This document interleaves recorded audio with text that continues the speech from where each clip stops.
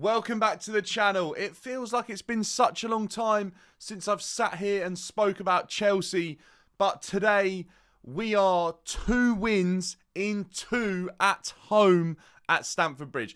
Honestly, I can't remember the last time I've been able to say that. It is such a distant memory, the last time Chelsea won 2 games in a row at home. But nevertheless, we're in the next round of the Cup. We've got that all to talk about today. We've also got big transfer news. Cole Palmer looks set to be on his way. If Fabrizio Romano is right, it's here we go confirmed. So let's see what happens. Please, please, please, Chelsea, let's get this one over the line because this guy is a talented kid. But first of all, I want to speak about Chelsea, last night's performance, and just where we've sort of been over the last 2 or 3 games that Chelsea have had, because it's been a little bit quiet here when it comes to talking about Chelsea. And I know I've made a couple of TikToks and Twitter and stuff like that, but actually on the channel, we spoke about getting some transfer deals in, but let's talk about the football side of things.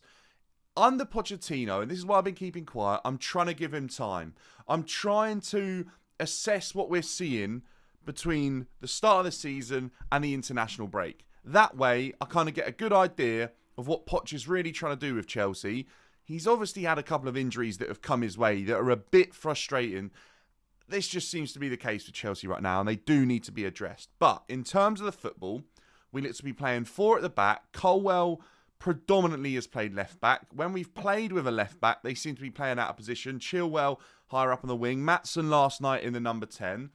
Poch is being quite inventive with this. It looks like he wants to play 2 holding midfielders with 1 guy in the 10, and then he's either playing 1 winger, 1 guy playing up alongside the striker as like an inverted winger, or 2 out-and-out wingers and then just 1 striker. So we're starting to see that typical 4-2-3-1 that we thought we'd all see. There was 1 game where he definitely played 3 at the back, and it didn't really work. So we've kind of seen him revert back to his 4, and he'd rather play players out of position than change that formation, which I like. I think we look better in the 4-2-3-1. But let's talk about last night. That's a step backwards. The 3-0 win against Luton was everything I wanted. This game, not so much. For me, and I don't know how other Chelsea fans feel about this, so let me know in the comments below, because I really want to get your thoughts. Most seasons as a Chelsea fan, the League Cup and the FA Cup are not so important. They're 3rd and 4th on our list when it comes to what we want to achieve as Chelsea fans, followed then by the Premier League and the Champions League, and it kind of twos and throws between them, because some seasons I feel like the Champions League is more important, some seasons the Premier League. It's been such a long time since we won that Premier League. I feel like that's the one we're charging for at the moment, that we need to be building towards winning and achieving that title again. But this season's a bit different. We don't have European football, and we've got a manager who is trophyless in England. Therefore, I believe that the League Cup, being the first domestic cup competition we're in, and the FA Cup, which will eventually come around, are the most important competitions this season in terms of Chelsea returning to where they are. We've seen it with sides like Man United. They're trying to get silverware under their belt and build towards the ultimate goal of the Premier League, but create that winning formula, that team that knows what it's like to win trophies. And that's what Chelsea was so good at before. And if you remember, when Jose first come in, he knew that if he could win the League Cup, it would propel us on to that very first Premier League title that he was able to win. And that's what I feel like Poch has got to do now. And last night, when we were awaiting the team sheets, I was thinking to myself, he's putting out a strong 11. I know it. He's going to put out a really strong 11. We've only got 2 more games till the international break. And I was thinking, he will put out a team that is full of big names, because they've barely played together. Let's face it, half of our players have played 2 or 3 games together. They need as much game time as possible. I thought he'd put out a really strong team.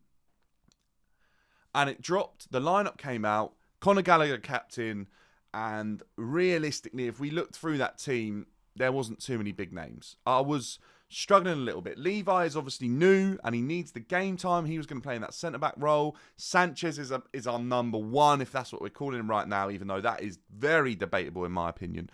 But the team didn't look too strong. I wasn't.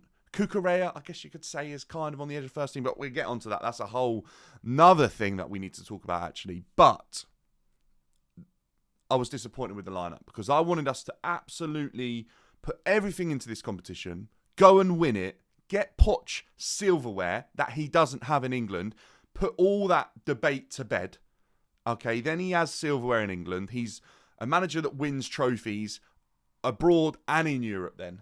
And also, we're building that winning formula. This team is gaining momentum. No, he puts out a youth team like we've got Champions League football to worry about. And yeah, look, he probably wanted to see how these players did. And on the whole, I'm disappointed. I'm disappointed because a lot of these players have cost a lot of money. They're very young, and they're supposed to be the players of the next generation, if you like. And I didn't really see it. I thought Ogachukwu probably had one of the better games out of the youth players. Madueke, I'm not classing as a youth player, but he was very, very good last night. I think Noni in a one-on-one is up there in the league in terms of take-ons. This guy could probably have most defenders on toast. I'm not even lying. The way he moves, the way he dictates the football, defenders cannot deal with that no matter what level, because not every person can adapt and move as quickly as Noni Madueke can, especially when he has the ball at his feet. He's class. I hope he can stay fit. Thoroughly deserved his goal last night. An exceptional player. And I hope to see him progress more and more into the starting 11 like we did towards the end of last season. I think he could be so important for Chelsea in the coming years. The rest of the team, let's go back to the youth. Fairly disappointing. I thought Bashir Humphreys was okay. I'm trying to think of all of the guys that played. I think Mason Burstow was like non-existent. I barely realised he was playing. And Diego Moreira struggled as well. Wasn't too great. And then it was just quite a underwhelming performance. And we found ourselves on the cusp of half-time, 1-0 down. All right, yeah, we brought it back, but almost quite a lucky goal in the fact that it wasn't from open play. It's another penalty again. And I felt last night, with that youth team that we had out pretty much, was reminiscent of last season. We gave the armband to Conor Gallagher. He didn't really step up, in my opinion. That's the game that I want to see Con take the game by the scruff of its neck and really show everyone what he's made of. Look, you can never knock his energy. He will run all game. He will win tackles, put in challenges all game long. And I love that. But there is more to Conor Gallagher than that. There's a very good player inside there that I've seen before, but I am yet to see it enough in a Chelsea shirt, because there are times when we've seen it. But a game last night against League 2 opposition makes me think that he really should have shone. And it didn't really happen. So I was a little bit disappointed then. But I'm not going to get too on it, because this team doesn't know itself at all with its first 11. So how do the youth team players who have barely played know itself? And I guess that's why Poch went with that younger team. But we're starting to see that the first 11 and our reserve players and the backup players that can come in, the squad players, there's a massive gap. There is a massive, massive gap, because as soon as we brought on the likes of Enzo, the likes of Jackson, you can see the quality difference. Enzo Fernandez got his first goal for Chelsea. A fine finish. People are saying it's an open goal. He had to wrap it round 2 defenders. It's a class finish. All right, though, it came from a Wimbledon mistake. So, again, not ideal. But we had chances. Look, Con put one over the bar that he 100% should have scored. Enzo had a couple of chances where their keeper pulled off worldy saves. By the way, Enzo's got a knuckleball in his locker. Did you know that? Because I didn't. He's got corners, free kicks, knuckleballs, goals now, assists. This kid has everything. Honestly, the noise at Stamford Bridge last night when they were singing his name, that's one of the loudest I've heard in a long time for a player.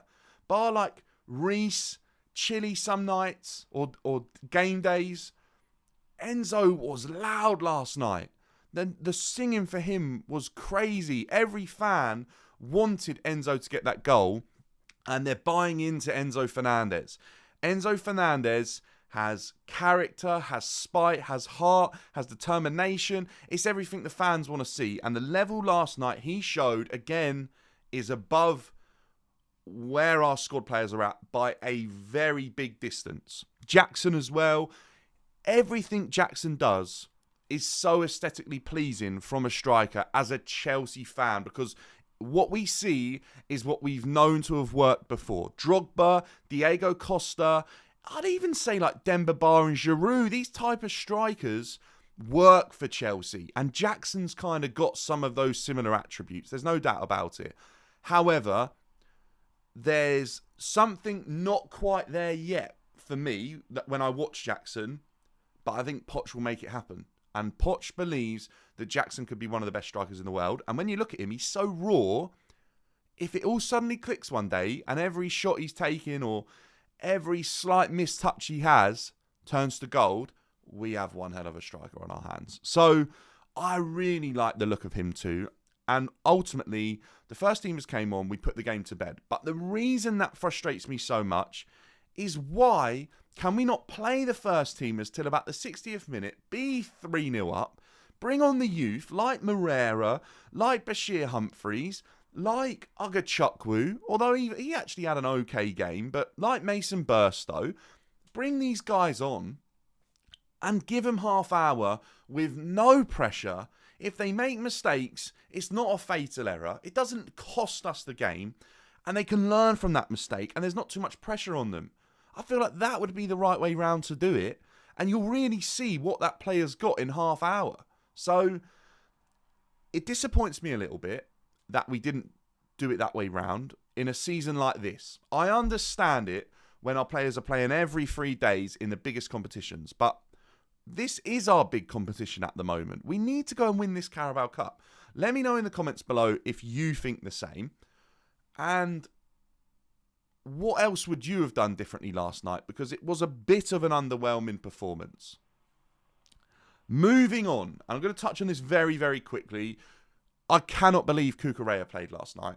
If he is actually going to Manchester United, why jeopardise an injury? Because honestly, the faster we move Cucurella off of our books, the better. He was hopeless last night, and genuinely, I wouldn't be happy seeing him play for Man United, because I'm never happy seeing an ex-Chelsea player play for Man United, but I would much rather him go to another team and become their problem. But there's always that little feeling that a player's going to go somewhere and ultimately turn up, and like they didn't for Chelsea. And we've seen that before with De Bruyne, Salah, you know what I mean? Like they're the top examples, but we have seen that before, and there's always that little doubt in my mind. But then as a lone player, we could bring him back. I just can't understand why he played last night. I really couldn't. Moving on again, more transfer news. For the whole of the summer, it feels like Chelsea have been after that creative number 10, and especially since the Nkunku injury. It's obvious to see that Chelsea do still lack a little bit of creativity. We've looked at the likes of Cherky, we've looked at the likes of Elise. Now it looks like Cole Palmer could be over the line, and here we go, and on the way to Chelsea. I like the look of this guy. When I've seen him play for Manchester City, he looks very good. He's good on the ball, he has great vision, and he's very, very strong when it comes to shooting in and around the box on that left foot. It reminds me of someone hitting a golf ball. Like the way he hits it, with it's like a driver hitting a golf ball. He has an exceptional long distance strike, if you like, and also he's got that lovely curling shot as well in his locker. So I like the look of him. However, I've not really seen him play in a 10. He's played in a 3 in midfield for the England under-21s, and he's definitely played on the right for Manchester City in the sort of Mahrez, Iron Robben role, that inverted winger, and he's looked really good. And he even started this season, and he's looked quite good. So I'm not afraid that we're signing this player, but all of a sudden, we're signing another inverted left-footed player. We've got Madueke. Sterling's been moved out to the right. That position looks a bit occupied to me, so he's got to be coming in as a 10. I don't see him as a left winger. Don't see him as a centre mid either for Chelsea.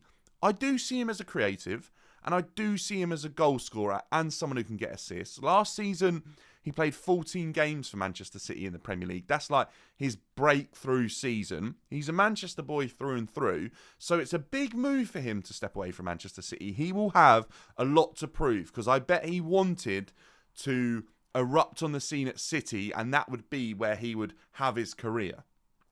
So I'm excited. Is he a number 10?